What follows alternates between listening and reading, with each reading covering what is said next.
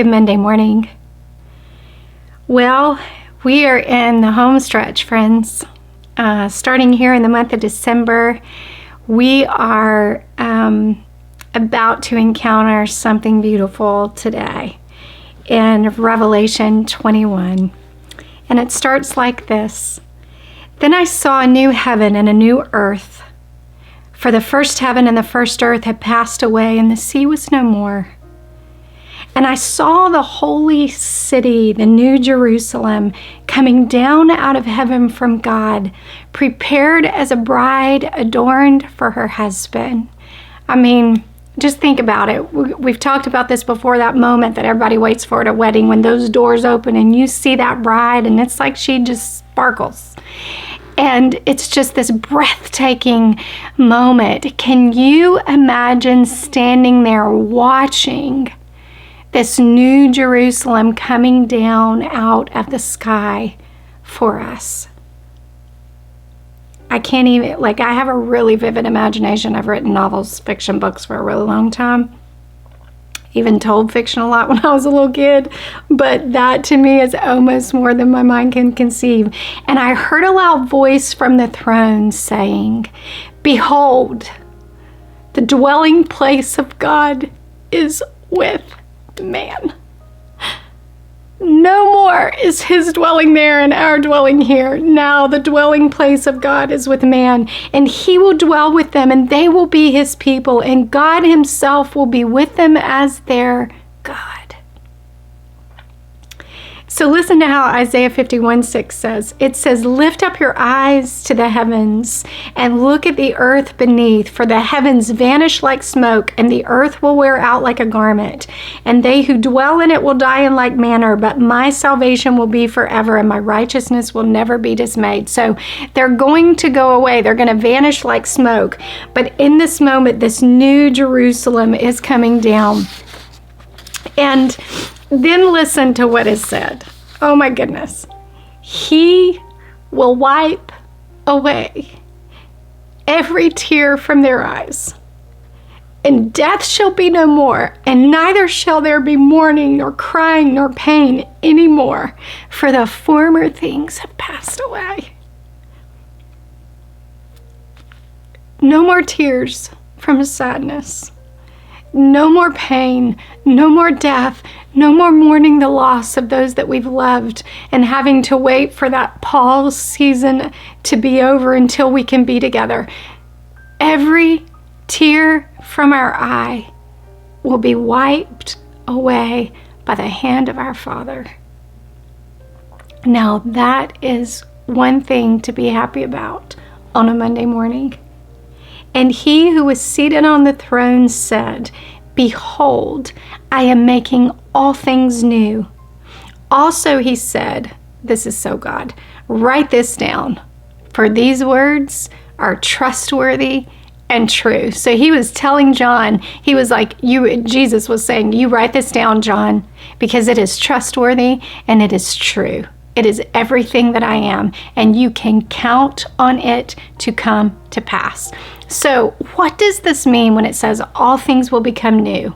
What does that really mean? Well, there are two beliefs that are held in regards to what this actually means. And I'm going to take this from Dr. Ron Rhodes' book.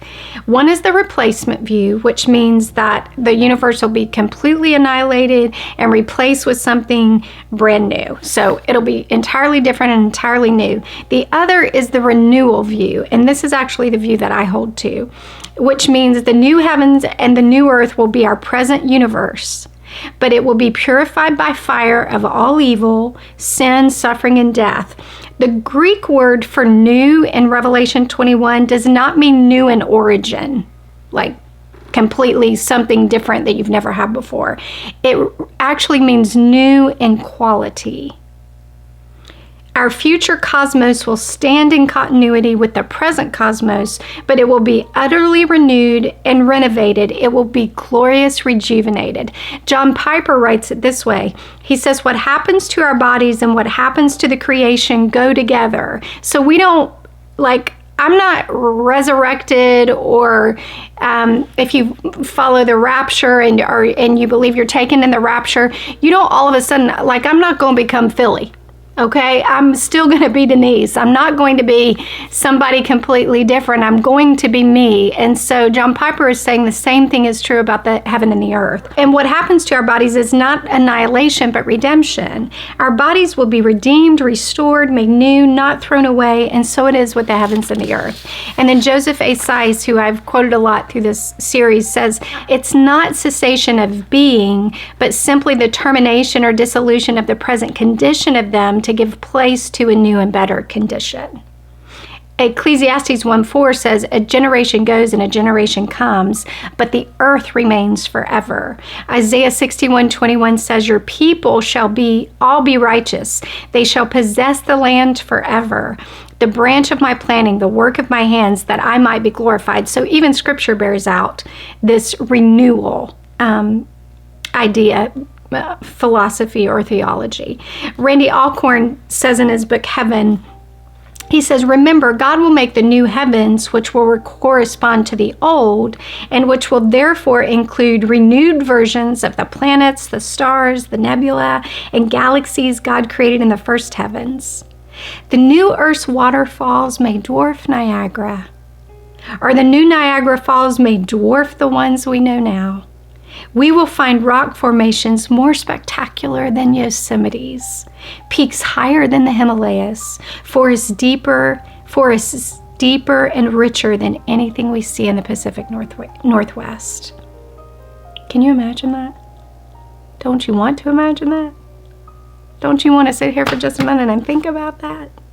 What that's going to look like? It's going to be unbelievable. But friends, one day it's going to be here. Like, this is not some just ethereal thought that is never going to be reality. One day this is going to be reality. How do I know? Because Jesus said, you can write this down, John. These words are trustworthy and they are true. They are everything that I am. And then he says this, and he said to me, Jesus said to John, it is done. Whew. One day, all of that's going to be a reality, and everything we've known here is done. It's over. I am the Alpha and the Omega, the beginning and the end. To the thirsty, I will give from the spring of the water of life without payment. So those of us who are thirsty for him, he gives to us lavishly, asking for no payment. The one who conquers will have this heritage, and I will be his God, and he will be my son. But as for the cowardly, the faithless, the detestable, as for the murderers or the sexually immoral, the sorcerers, the idolaters, and all liars, their portion will be in the lake that burns with fire and sulfur, which is the second death. So in all of this beauty, there's one more reminder that we have to choose Jesus to enjoy what this moment is going to hold. Friends, you don't want to miss this. You do not want to miss eternity with Jesus, I'm telling you. I do not know what you think this world has to offer you. I don't know what lies the enemy has propagated to you. But I am telling you this today. You can take this to the bank. This will one day be reality. And for anyone who is thirsty, Jesus is available to quench the thirst. He told the woman at the well, he said, if you drink of me, you will never thirst again. I don't know if you've realized, if you are not a follower of Christ, but whatever you're going after, you ever realize you just stay thirsty? That you still have to go back and get more? That nothing ever quite quenches the thirst that's going on inside of you? That's because only one thing can fill it. God put eternity in the hearts of man, Ecclesiastes 3:11 tells us. That means he set you up to have to find him to quench that thirst, because he's the only thing that will fill it. And if you will trust him with your heart, if you will surrender your heart with him, believe in your heart and confess with your mouth that Jesus Christ is Lord, you will be saved. And do you know what that means? That means you get to experience this moment. Because this moment of the new heaven and the new earth that is coming to pass is for those who have given the Lord their hearts and trusted him with theirs. This is going to be real one day, friends. And that is good news on a Monday morning.